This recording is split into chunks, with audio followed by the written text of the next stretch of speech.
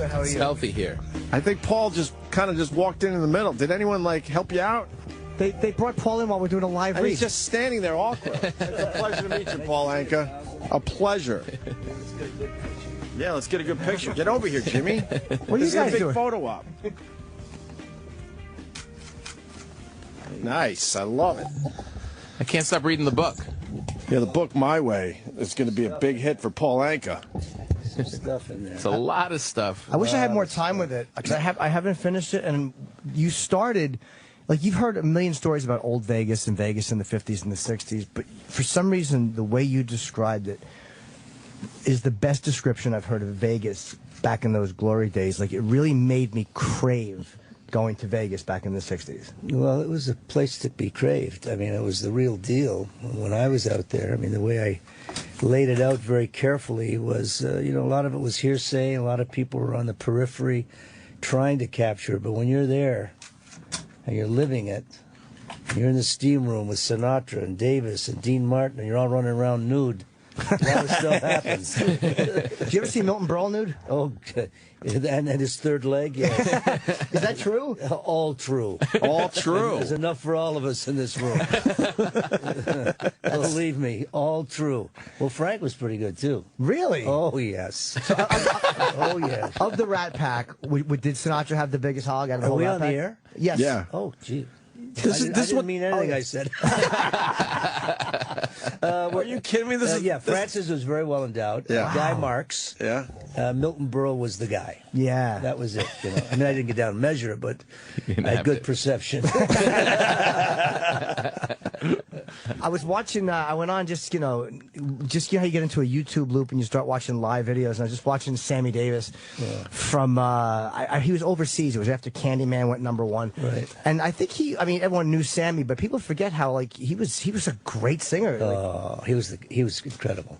I mean, he wanted to be Frank, but the guy as a singer was sensational. Frank adored him. They had a little outing there somewhere in the middle because of something, but when you get down to it, pound for pound, he was the greatest entertainer for me. I mean, I'd sit and watch this guy at the Sands, and we knew each other very, very well. Nobody liked him. Nobody liked this guy, and I learned a lot from him. He lived his life. You know, he really lived it to the fullest in a time where we weren't really a media-driven society. And the stuff that he got into and put his courage of his convictions behind it, you gotta really hand it to him, because he went through a lot of adversity and had a tough life, but so talented. No, and I don't see anybody today like him. A lot of guys copy him, but there's nobody like Sammy Davis or Frank Sinatra. And didn't Sinatra, like, I don't know much about Sinatra compared to other artists, but he really, like, he wouldn't work if they wouldn't treat Sammy right. Like, he really loved Sammy Davis. He loved Dean Martin. He loved Sammy. He loved his friends. Put his foot down. Talking about civil rights and all that garbage that went on back then. Frank literally turned all that around. When they wouldn't let any blacks into the hotels, it was Frank and all of us that just said, we're not here if they're not here. So he was very, very supportive of Sammy from day one. And that's the kind of guy he was. You know, in a time where, you know, you guys are, you know, you're not my age, obviously, but pop music and that whole genre of stuff, show business was in its infancy stage back then. You know, when you had Vegas and you had that crowd, that was it. You know, Bobby Darin and I would look at those guys and go, we want to be like them. Right. We didn't see Hendrix coming. You didn't see the Beatles coming. You didn't see hard rock coming. Thus, it was all that Vegas vibe. The mob guys who ran it, who were great, they were gentlemen, shook your hand, the safest place to be. When you look at Vegas today with what's going on, you can get shot crossing the strip. Yeah. And all that stuff that goes on these clubs after, and, you know, these so-called celebrities who have a rough night and then they wind up in a hospital and say it's heat exhaustion. You know? I mean, it's a whole new town out there. Yeah. So, yeah, back then, I loved it, and we loved working for those guys. They were really, really cool to work for. They took care of you. Absolutely. And you minded your business, and you knew the rules, and they really took care of you. These guys were just gentlemen all the way through. I mean, I've never had a bad rap, ever. Was there? I was going to. Musically, was Sinatra, you know, he took your song, which My Way, and made it into a huge hit. Can you explain to me musically what Sinatra had that made him so special? Well, it's, you know, I look at it as genetics. He genetically had that voice and that stuff. And then he was a guy that rehearsed all the time. He was a guy that just had that it. Right. And the it was, everybody else after him got arrested for loitering in front of a band. Because he was the guy, I mean, Right. nobody could do it like he did because of his phrasing, his whole musical sense. And then when you compound it with what he was about, you had all of this perception working for you that when he went on stage and with his work ethic, he just had that thing. He knew what to do with a song and Right. never, ever went into an area that he didn't understand to try and sing something. Now, with that said, is it true you gave away My Way for free? For free. What's the story behind that? Because I was saying earlier, as a songwriter, you had to know you had something. You just had to know you were in the zone, like, this is absolutely going to be a hit. Well, prefacing that, for years, Mr. Sinatra used to tease me about writing for him. No, I'm a kid. You never know in life. Shit happens. All of a sudden, you're in. Now you got this kid working out there in Vegas, youngest ever. How old were you? Youngest at the Copa. I started at 18. 18. Wow. And then I evolved into my 20s. But the point is, he never liked pop music. He loved the good stuff, and so he should have. And he'd always say, "You're going to write me something." I didn't have the balls to give him "Lonely Boy" or "Puppy Love." He would have thrown me out of a window. So as the years evolved, right? Don Costa, who I introduced him to, was my genius and my producer. I introduced him to Mr. Sinatra, and I was in Miami working the Fontainebleau when it was the thing to do back then. Yeah. And he called up and said, "Kid, we're going to dinner." So whenever he called and said, "Go to dinner," you went to dinner and bring your passport because you never know where you wind up the next day, So I went to dinner, and he told me that night, along with everyone at dinner, that he was retiring. Really? He'd had it. And what year was this? This was 67, 68, somewhere in there. So I was moved by that. I went back to New York, where I was living here, and I sat down at the piano at 1 o'clock in the morning, and I said, this is my last shot. I've got to write something. And I metaphorically approached it with him retiring, and now the end is near. Oh, wow. So I faced the final curtain. And it started to write itself. So everything in there, where I normally wouldn't use words like I ate it up and spit it out, it was all Sinatra. All Sinatra. Finished it at 5 in the morning, called him in Vegas, took a demo out, gave it to him with Costa. 2 months later, he called me from the studio. He said, "Kid, listen to this." And he put the phone up to the speaker. I'm in New York in my apartment. He played me My Way for the first time. He started crying. Wow. 'Cause I knew I had something. Just knew it. Because nobody could sell a song. He could sing the phone book, The man was amazing. He was just an incredible artist. How old were you? I was in my late 20s. Late 20s. I was in my late 20s Way. to write it. RCA Victor, the label I was at, were a little pissed because I didn't record it. I said, look, I'm old enough to write it, but I'm too young to record it. No kidding. Wow. It's all about Sinatra. When did you get your version out there? Oh, years later. Yeah. Years later. And Elvis's version, I actually have you may want to smash me for this, but I prefer Elvis's version. Like, I love when Elvis covered songs, and that I loved it. There's a very great video of Elvis at the end where he's going, "We're going to do a number now, and I don't know the lyrics to it," and he goes, and then the band guy had to go, "It's my way," and he goes, "My way," like he was just so high. The guy had to tell him it was my way, and he's holding the fucking lyrics to it. Oh, poor Elvis. I used to sit with him in Vegas at the great artist too, great voice. Yeah. Great interpreter of songs. And we used to sit together, near the end. And he used to sit at Caesars backstage because he worked the Hilton and go, "Paulie, I'm going to do that song, Paulie. I really love that My Way." And I'd say, "Elvis, it's not your kind of song, man. You don't want to do that." He said, "No, man. It means a lot to me. I'm going to do that song." So anyway, he does it. And he called me and he told me about it. And I really got the kind of the intent and the emotion of it, because he knew what he was going through.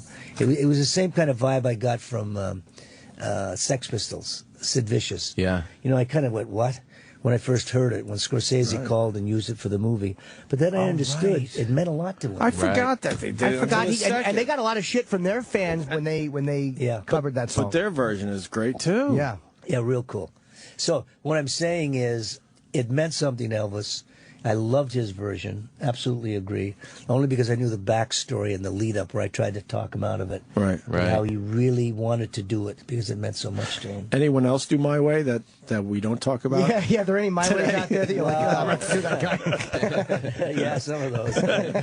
Yeah, I ate it up and swallowed it. I'll give you a clue. There's some great versions, actually. One of my favorite is Brooke Benton. Brooke Benton. Nina Simone and Brooke Benton. I don't know that one. And the Gypsy Kings. I'll check it Yeah, out. you check it out. I'll definitely check it out. Do you like? Do you enjoy when people cover your music and like you don't know about it until you hear it on the radio, or is there something where you kind of want to be told beforehand, or are you just happy to hear it? Well, the the technicality of it and the infrastructure of our industry is before they do it, they need a license. Oh, they do. So they'll send me a piece of paper saying so and so is going to record it, and you go yay or nay. I mean, I've never said nay. Right. And you know in front what's happening, and you love it. You know, your songs are like your children. You know, you can't pick your favorite. You put a lot into it. And when an artist comes along with a different interpretation, like Tom Jones, you know, I could never have done "She's a Lady." And Tom's got a great voice, a great artist. And when I wrote it for him, when somebody like that comes along and you're writing for them, I mean, it's, you know, I started as a writer. It all starts with the song, like Shakespeare plays the thing. Right. Yeah. Without that song, you're nowhere. You got to get back to the music. I mean, even today, you really got to get back to it. Man, you wrote a lot of hits. He wrote a lot of hits. And also, speaking of Shakespeare, Yeah. didn't you want to take his lyrics when you were younger and make songs out of them? Which I think is pretty ambitious for a really young guy to read Shakespeare and go, I want to make songs out of this. Well, I kind of played around with it just to get structure and see what was in it. It was obviously a lot more complicated and sophisticated in kind of the quatrains and the way he rhymed things. But it was kind of a test for me to play with it. Because I wanted to be a writer. I was working at a local newspaper as a cub reporter and got thrown into shorthand because I hated it. And I took music. And it all started from there, you know. And then I saw this girl who I had a crush on, this Diana, who was a few years older. And I started writing. You know, in a time when there was no American Idol. You know, when I grew up, my link to the world was a radio. I'd go sit in the rug in my mother's living room and just listen to the radio. We had nothing to relate to. Yeah. And that started turning me on. I knew I had to get to New York. And I knew I loved to write, but it wasn't happening in Canada. So I entered a contest for IJ food stores. I saw an ad in the paper that said, collect Campbell soup wrappers and you'll win a trip to New York. So I went to IGN, I got a job, and I was packing groceries. And I was writing down all the women that bought the Campbell soup. So I win the contest from my district. I'm on a train with 40 guys, and they brought us down from Canada. I'm staying at the Sloan House here, up on the, 38th floor, and I'm looking at New York. I never saw a high-rise in my life. I'm from Canada to 200,000 people, and I knew that this was it. I knew I had to get down here and make it happen. So it all started from that whole writing experience, and then evolving into singing, breaking in a dressing room when Chuck Berry and Fats Domino were in town, and running up to Chuck Berry and singing my song. He says, it's the worst song I ever heard. Go back to school. Really? It's in his book. And then, but Fats Domino was cool. He was a nice guy. And anyway, fade in, fade out was a year later. I make Diana, and I'm on tour with, guess who? Fats Domino and Chuck Berry. Wow. And did he remember you from the year before? I think he did, but didn't want to admit it. Yeah. And how old? You were about 18? 16. You were 16. I wrote it at 50. I left at 16, yeah. Wow. Yeah. Was there an arc to your writing? Did it just kind of come out of the gates really explosive, or did you mature for you personally, did you enjoy it at a certain point more than another? Yeah, it evolves like anything. Yeah. You know, I mean, you start as a young teenager and you're writing about stuff that teenagers think about and what they do, right? You know, you have to realize all of us that started in the business, any of us, I mean, even you guys and what you do, you know, we're not born sophisticated. You get this stroke of luck, you're doing something you like to do, and then you're scratching your way along that highway of life, trying to cope with success and find out who the hell you are. Right. So as you evolve under that premise, as you get older and learn your craft, your songs get better. You know, all of a sudden you're sitting on the beaches of Normandy with Daryl Zanuck, you know, at 21 years old, and you got John Wayne and Robert Mitchum and all these guys that you went to a movie to watch, and you're trying to remain cool, and you're going, shit, look at this, right? And you're there with thousands of troops, and then you get inspired, and then you write The Longest Day, right? Wow. Now you're the youngest kid that's nominated for an Academy Award at 21. So you evolve. You say, well, I can do that. I'm going to do the Tonight Show theme. And then you do the Tonight Show theme. And then Buddy Holly. So, yes, you start to learn your craft if you keep yourself straight, keep the integrity of what you're doing, and continually improve and mature till you get to 27, 28, and you write my way. Was it a dedication to the work that kept you straight? Like, when this is all mind-blowing stuff, and there's got to be women, and there's got to be booze, and there's got to be tons of stuff. Oh, please, yes. What was it that kept you kept you Well, grounded? work Was it the work? Yeah. Work ethic, absolutely. Just the work. I came, my background, my education, my family, it was about work ethic. I worked Right. as a kid at 12, 13, 14. You know, I had my own money, $3, but it was Yeah. a lot for me. So it was work ethic. You know, I look at these kids today and I really feel for them because they're not handling it for a lot of reasons. But, you know, back then, you have a #1 record, you're making $200-300 a week, a lot of money back then. Yeah. But you're realizing that your life has changed and you got a fortunate vibe going for you. You know, people are kissing your ass all day and you're trying not to be an asshole because of it. You know, you're going, wait a second. But you realize that if you lose that, you know, it's like the old saying, you know, a man is defined by the occupation and a woman is defined by the man she marries. But, you know, if you don't got that occupation going for you, something that's working for you, you're kind of like, you're lost. It's over. Yeah. And I didn't want to lose that. I knew that if I kept producing and if I kept working at it, that I could get some longevity out of it. I just never crossed the line to where it got me in trouble. You can remember, Right. I was around that stuff. I saw Frankie Lyman shooting up. Wow. And, you know, you make these decisions, no and yes. Yeah. And then the Rat Pack and those guys who were great to be around. Yeah. And a lot of fun, but a lot of drinking and a lot of this, a lot of excess.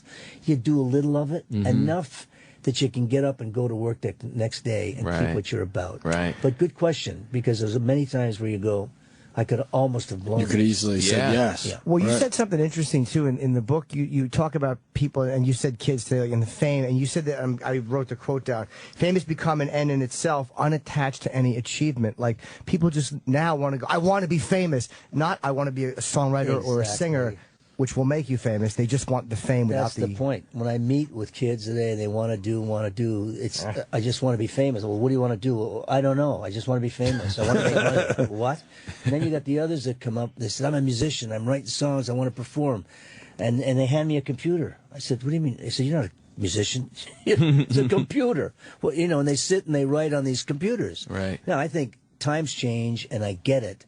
But what we've lost here in all the technology in some cases is you're losing that heart and soul and blood of what real music and art was years ago. And when you start losing that, and it's all about this and this, which works in certain sectors of life, when you lose it in music, thus Adele, who steps forward out of nowhere, because the consumer's not stupid. You know, they know what they want, they know what they don't want to hear. So when they hear something that's got some substance to it, they go to it, and they'll go to good music. You know, I'm sure you've addressed it before, but the very famous tape of you yelling about the guys having shirts. Yeah. We love that. We had so much fun with that, Paul. I got to tell you. Oh, you and Howard Stern. Howard, we had a blast. We loved it. Like, listen, I get a lot of fan mail on it. I don't get it. And I'm one of, 8,000? The one I love is is Tommy Lasorda and the actor that died, Orson Welles. Have you heard those Oh, two? God, yeah. Yeah, of course. You know, we'd hired this guy. It was 1981. And I'm a perfectionist, man. Yeah. You know, I go on that stage every night like it's the first time because, you know, I know if you just drop it a couple of times, you're gone. It's all about reputation. And I'm a stickler about the music and right down to what they're wearing because I respect my audience. And this guy we had hired had been with us 1 month. He wasn't that good, obviously. He had taped this meeting that I had telling the guys what was wrong with the show. It's like, what's the analogy? At the end of a bad ball game, right? Sure. You get them in the locker room. Sure. Yeah. And I'm a straight cat. I mean, I just let them know right away what it is. So when I heard about it and it came slapping back, I said, it was that mother. I know exactly what it was. And I'm glad we fired him. But you listen to that, it's obvious that, you know what, the fucking guys were sloppy. They And get good for you to smash them. The guys get shirts. Yeah. I think the payoff for me was I got a call from Koppelman. He was a writer on a movie with Pacino. I think it was one of the Ocean's 11 or 12 or 13. And he needed to get motivated. Al did. And they wrote the scene from shirts. And they fitted it to Al, and then they had Al listen, Pacino, to shirts to get him to where he needed to be. And the guy called me and said, can we do that? I said, shit, go ahead. I don't care. How did you balance? You're a great songwriter, but you also were a really great performer. Was that a difficult thing of like, what stuff am I going to give to other people, and what am I going to? How am I going to shine on my own? Yeah, good question, because, you know, it started, I wasn't sure when the Beatles hit what the future was for a lot of us. Right. Were you guys scared? when they first hit? Like, well, I oh wasn't boy. really scared because my agent, Normie Weiss, because back then there's no, we're not media, okay? I'd Right. come back and from France and say I had this croissant. Some people thought it was like a car, and then I said you went to it, sat on a B-day, and they thought it was a movie. Nobody knew what anything was. And Right. I'd come back after meeting the Beatles and tell people about them, and they would say, "What?" You know. And I told my guy Normie Weiss, who went over and brought them over in '64. But the point was, yeah, things got a little shaky because we got blown off the radio. What kept me anchored was I'd had the Tonight Show theme, The Longest Day, and then I packed up and I went to Italy. And I started selling like millions of records in Italian. And I had a career over there and went to Germany, did the same thing. So I didn't have to be here all the time. So when it got a little shaky, I realized that my writing was the most important. Right. And then as I stayed in Vegas and the gravitas remained from Vegas, watching those guys work, I started to grow into myself as a performer. It didn't happen right away. Right. I held my own, but it didn't happen right away. So this is like late 20s, early 30s? Yeah, probably my mid-20s. Mid-20s. Yeah, going into my 30s. And at some point it just clicked that I knew what I was doing on stage and I'd learned enough. Yeah. But I always felt that the writing was the most important, but I never wanted to keep it always for myself because I felt insecure about, wait a minute, how can I go and have a record out every 3 months? And why should Paul Anka be on the radio every year for the rest of my life? So it was Tom Jones, it was giving stuff away because it kept that other side of my life Yeah. out there for people. And it's what I enjoyed doing because I started as a writer. As a writer, I only yeah. started singing my stuff because nobody wanted to sing it. Who's going to sing, I'm so young and you're so old? I mean, the first line alone will turn you on. I'd love to sing that to my coworkers. How close were you to growing your hair out though, and following the trend? Well, Bobby did it. Darren, Yeah. he That's made right. the left, and we talked about it. And I said, Bobby, look, you're a great artist, and he could probably do anything.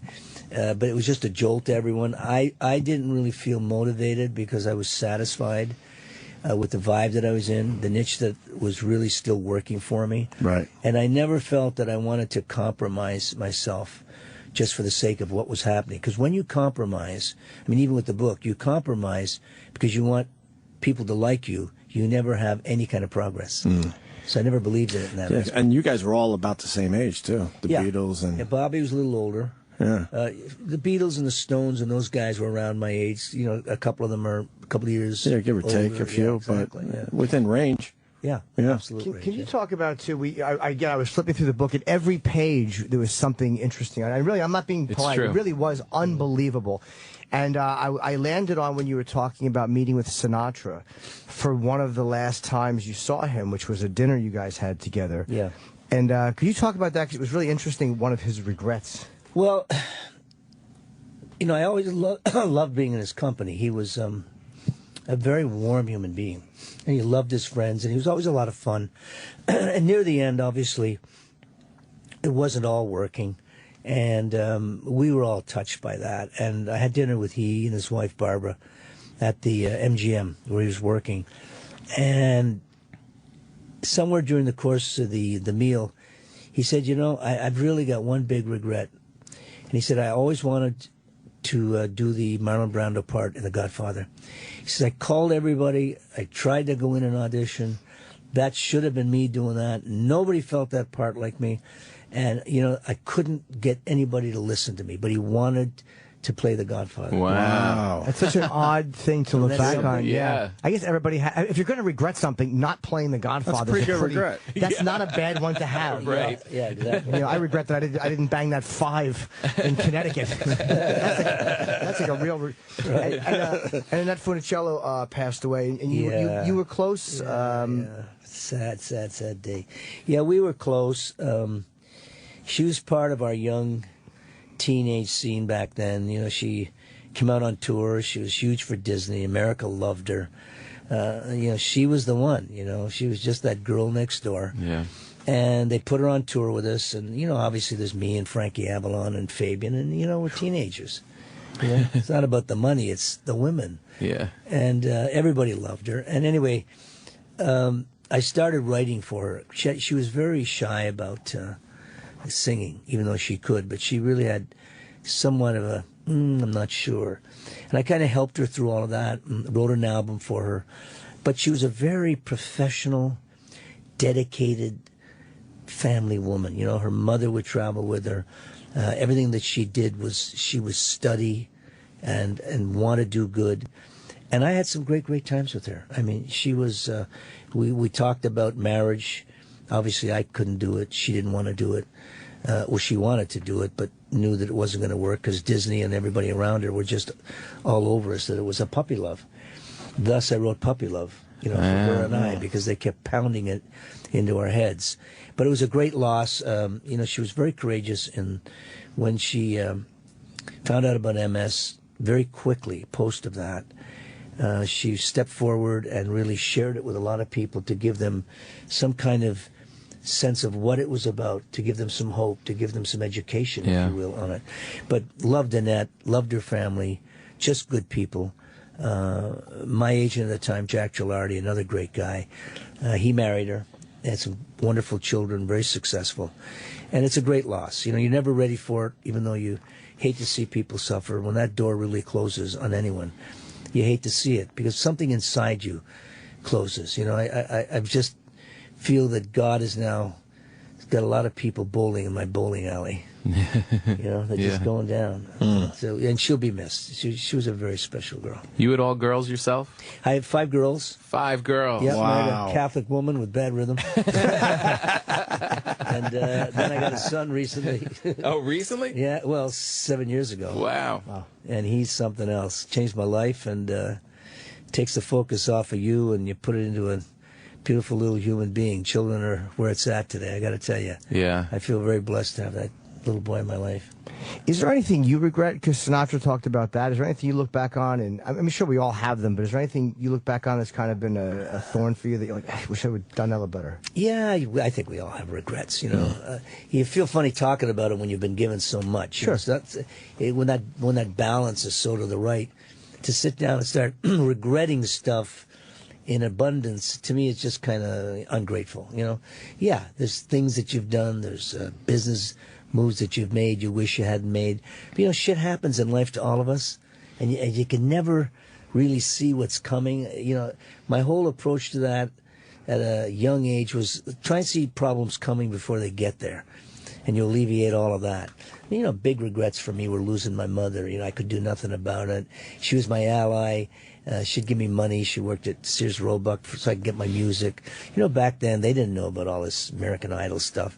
So she was the one that stuck by me. And, you know, at 18, she died in her mid-30s. And, you know, I couldn't quite grasp all of that. That was tough on me. And then later on, some business things that went down. But nothing that to really talk about. Right. You know, I can say they're out there, and there is stuff there. But is it embedded in me? Nah, you know, when you got it going and you're still going and you're doing it, you kind of look back. The good thing I look back on is, you know, we learned to fail back then. You can't fail today. Yeah. You guys do a stretch here and fail for 3 months, you got trouble. You know, in my business, back then I could fail and I could go on stage and do my thing and you learn from that. Today you can't.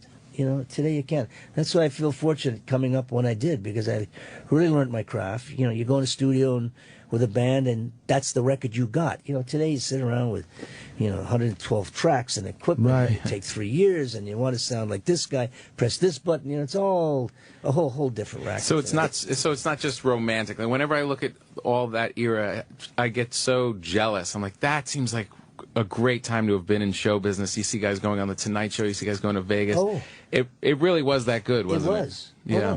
It was, but you had work. There was stuff, you know, right, to get there. Was it as crucial?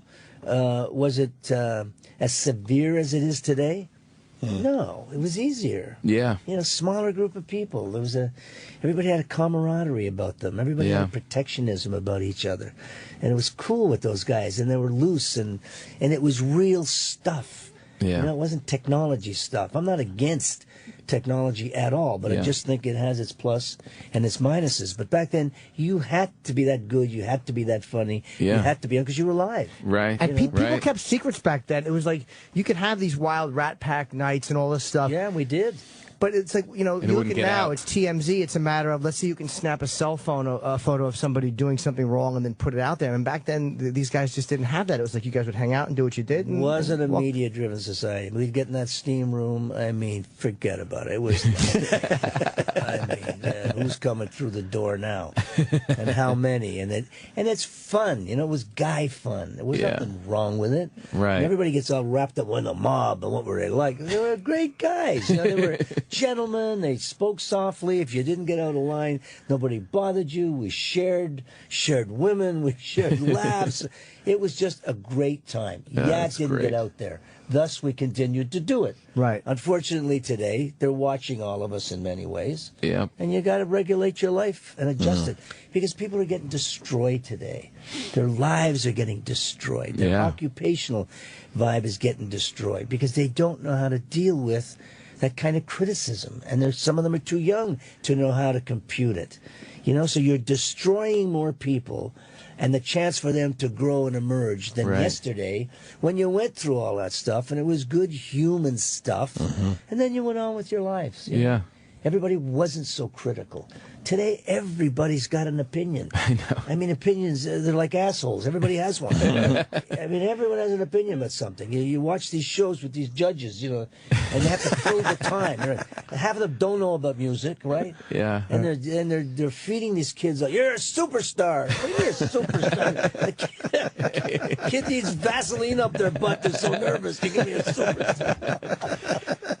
Does the technology bother you in just audio, just listening to music, the compression of digital music? Does that bug you at all, or you think it's I'm a purely? I'm a today guy. I appreciate everything from yesterday. I really get the technology and I use it to its best benefit. Right. Okay, and it's worked for me in a lot of things. My new CD. I got Frank Sinatra on there. Yeah. I've got Michael Jackson on there. Wow. I mean, I got guys on there because of the technology. It's called duets, by the way. Yeah, the duets. And we got Willie Nelson and Dolly Parton and Michael Bublé. And, a lot of it because of the technology, we were able to have all those people there. Right. Like if I speak to Bublé's in his studio in Vancouver, and I'm in L.A., and we're making the record. Wow. So the technology, when it works, is great. But it doesn't bother me when I know it's been used right. Right. And I know a lot of people are going back to vinyl, and I love that sound. Right. And it's honest shit. I mean, that stuff is, you go in a studio, you write the notes, and you get 3 hours to get it, and people work hard, and it's honest, and it's real. Yeah. Technology is a whole other application. Right. You don't like when it makes up for. I'm sorry. You don't like when it makes up for a lack of talent or a lack of work. You like when it's just it makes things more convenient. Exactly. Are Because we talking about auto-tuning? Yeah. Yeah. Yeah. Well, a lot of these singers out there today, and they'll go nameless because I don't rap my fellow artists. They can't really sing. So and that helps them and gets them where they're at. But you got to live by that. So you go and lip sync in concert, and that in itself is a whole other. Right. Drives me nuts watching lip sync. I watched McCartney when he did the Super Bowl. He didn't lip sync. I know. He didn't lip sync when he sang at the Super Bowl. He sang. Yeah, right. Makes me fucking nuts. Yeah. These dummies running around lip syncing. I love when the record skips. Oh, it's just so great. That happened to me on American Bandstand. Did it? You really had no choice. There's no bands. You go on and do your record, right? Right. So I'm doing Diana, and the guy's playing a record. Sometimes you get a bad record. And I'm singing away. I'm scared to death. I'm 17. I love you with my heart. Uh-oh, uh-oh, uh-oh, uh-oh, uh-oh, uh-oh. Oh, no. Uh-oh. What did you do? What could I do? I'm just looking around. Uh-ohing. They're like, that's not to me. Uh-oh, uh-oh, uh-oh. Hey. Did they fix it? Yeah. We went from that to the end of the record. Oh, please. Wow. That happened. What was the girl on the Saturday Night Live, the sister of Jessica? Oh, God. The sister. Remember Not Jessica Simpson, her sister. Ashley Simpson. Oh, yeah, of Simpson. course. Yes. Oh, man. That happened to her at a football game, I think, right? It was No, it was on Saturday- SNL. Oh, it was? Oh, it absolutely was. Yeah. Yeah, It was it was humiliating And for her. they're telling us Paul has other press. That's too bad. I have I'll hang. It's okay. Another great part in your book, too, where you talk about Dean Martin and seeing him at the end. It's just so sad how this it seems like he broke down after his son passed away. The son died. Look, a loss of a child, man, and you don't even want to go there. And he was a cool guy. I mean, this guy forget all the drinking and everything. This was a lot of his apple juice. This guy would, after the show, he'd go sit in the little tent off stage and eat a bowl of spaghetti and watch a Western, go to bed or to get up and golf. So he was a real cool, relaxed guy. But after the Sun, and then when Frank wanted them all to go out on that tour, he didn't want to keep up that late night stuff anymore. And he was just hurting inside. And I would go over and see him at this little restaurant on Cannon called La Familia. And he'd always sit in the back, and I'd go with a buddy of mine who, we knew him. And he'd be sitting right in the back with his, the pasta and the booze. His teeth were out, and they were right there on the table, sometimes in the glass. He'd say, "How you doing, Dean?" And he said, "I'm just waiting to die, Pally. Just waiting to die." Jeez. Yeah, he just couldn't recover. Just waiting to die, Pally. And that was the last time you saw him? Well, no, I saw him after that. I saw him, other restaurants near the end, but he was like that at least the last couple of years, and a nice guy. All those guys, Sammy, Frank, Dean, they were really cool guys. They were men's men. When they liked you, they behaved with that fun because they'd been given this incredible life. And even after they all passed, and I remember it was so sad, I said, look on a happy side. These guys have lived the life of three guys. Yeah. They lived like they were 250 years old. But they lived, and they were honest about it. And whatever they went into that wasn't normal to others, it was what they wanted to do. And they were great guys to be around. All of them. They were gentlemen. They were really gentlemen. I can't really say as the kid growing up around it, and I benefited from it, that they did any bad stuff. They always got my vote, no matter what they did. Wow. They just weren't malicious guys. What was this? Is an amazing. I like taking photos of people I like too, and your photo collection just shits all over mine. You get the Beatles and Elvis, and I love the Jerry Lee Lewis in 1958 going to, I think, Australia. Australia on a plane. You don't see many guys with a photo with Jerry Lee Lewis. So what kind of guy was he?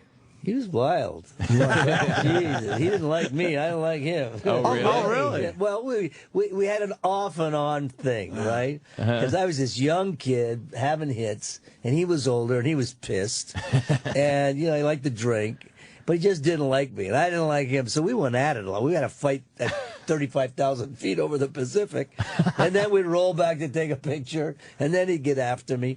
But it wasn't and I went down with him and Buddy Holly. So he and I were off and on, Jerry. Wow. Yeah. Well, you knew Buddy as well? Oh, Buddy was my dear, dear close friend. Oh, really? Yeah, Buddy Holly. He and I were opening a company together, a music company, because he wanted to change, and that's why I wrote the song for him. It doesn't matter anymore.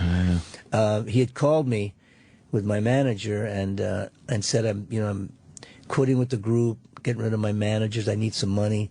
And we arranged that tour for him where the plane went down.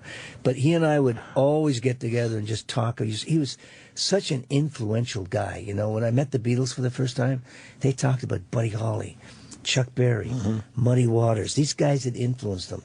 And Buddy was such a raw, talented guy. His music was just so clean.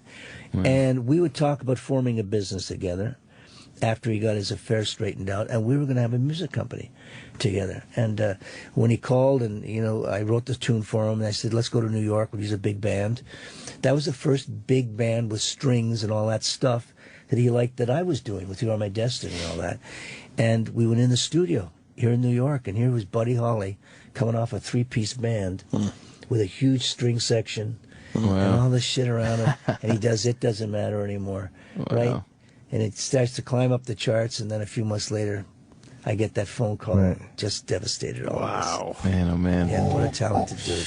The book is called My Way by Paul Anka, and I wish I had read the whole thing. I just didn't have time to. But what I've read is every page I turned to just to get like little notes and discussion points was packed with something that I wanted to read. And you start off writing about Vegas, and it's fantastic what I've read of this book. Thank you very much. I really, really want to read the entire thing, and you have a fascinating life. I think it's going to do well. I think it's going to do I mean, you all right. can't, even if you don't like certain kinds of music, you can't not be interested in the lifestyle that these guys, and I love the honesty in this. Well, that was a big decision, how open I cut the veins here. And I realized that I'm not going to write a fluff book. I'm not going to get into what Frank had for breakfast, or Frankie Avalon and I had a cannoli contest in Wildwood. Who cares, you know? You're ultimately maybe stepping on some toes, and I hope not. But I wanted to be very honest about what my experience was. And the message in there with all of that honesty of what I saw. You know, you have to remember, there's always a lot of hearsay, and there was a lot of hearsay about the mob and Frank and all that. But I was there, and the message in all of that is they, as in myself, were just human beings, you know? And don't stand in judgment, because I'm not a judgmental person. But however we carried on, or however they carried on, or the things that happened to me in my life that affected me, this is the honest facts in terms of where we're at today as a society. We're all crying out for honesty and what's true, from the country to this. And I see a lot of people that come out there and just bullshit and write fluff, and, you know, come in and you guys have to suck it up and deal with it. And I figured, you know what? They're not going to take any signs down in Hoboken about Frank. He's going to go down as one of their greatest sons, and he gave to charity in the billions, and he was a great guy and a great artist. And everything I say in there is about love for him, Sammy, everyone that I write in there. But it had to be the truth for me, or why do it? And if you don't do it, you got a book this thin, and you got your one shot of writing a book. And at my age, I figured, you know, if a couple of people get pissed because they really don't understand it, that's their fault. Right. You know, I'm not going to sit and tell lies and leave stuff out and have people go, well, wait, we heard. You know, because I'm accessible. But a lot of guys that write these books about these people or those times, they're on the periphery. They've never left their little hometown, and they're gathering material. Right. I was there. Right. I was on the 50-yard line. I was in the locker room. I saw it. I smelt it. I did it. So I'm going to tell. Right? And you're able to write it. You're a really good writer. Well, what a great interview, man. Yeah, we this was a appreciate great our show man, is over. I love your show. I'm listening to your show. Thanks, Paul. I Thank you. appreciate It's it. great Paul Anka. It's called My Way. And also, the CD is called Paul Anka Duets, and it's the same cover on both. It almost looks like they're purposely Annie coming Leibovitz, out. I got to tell you, she did a great job. Oh, it's Annie Leibovitz. Annie Old Leibovitz Annie cover. Leibovitz, huh? Right. She's so talented, and what a lovely woman. I loved working with her. And her contribution was just great. And her photo in the Vanity Fair piece, she's just a very talented human being. I have to thank her. And everybody at St. Martin's and Sony, they've been an incredible team. You know, I've always said that success has many fathers.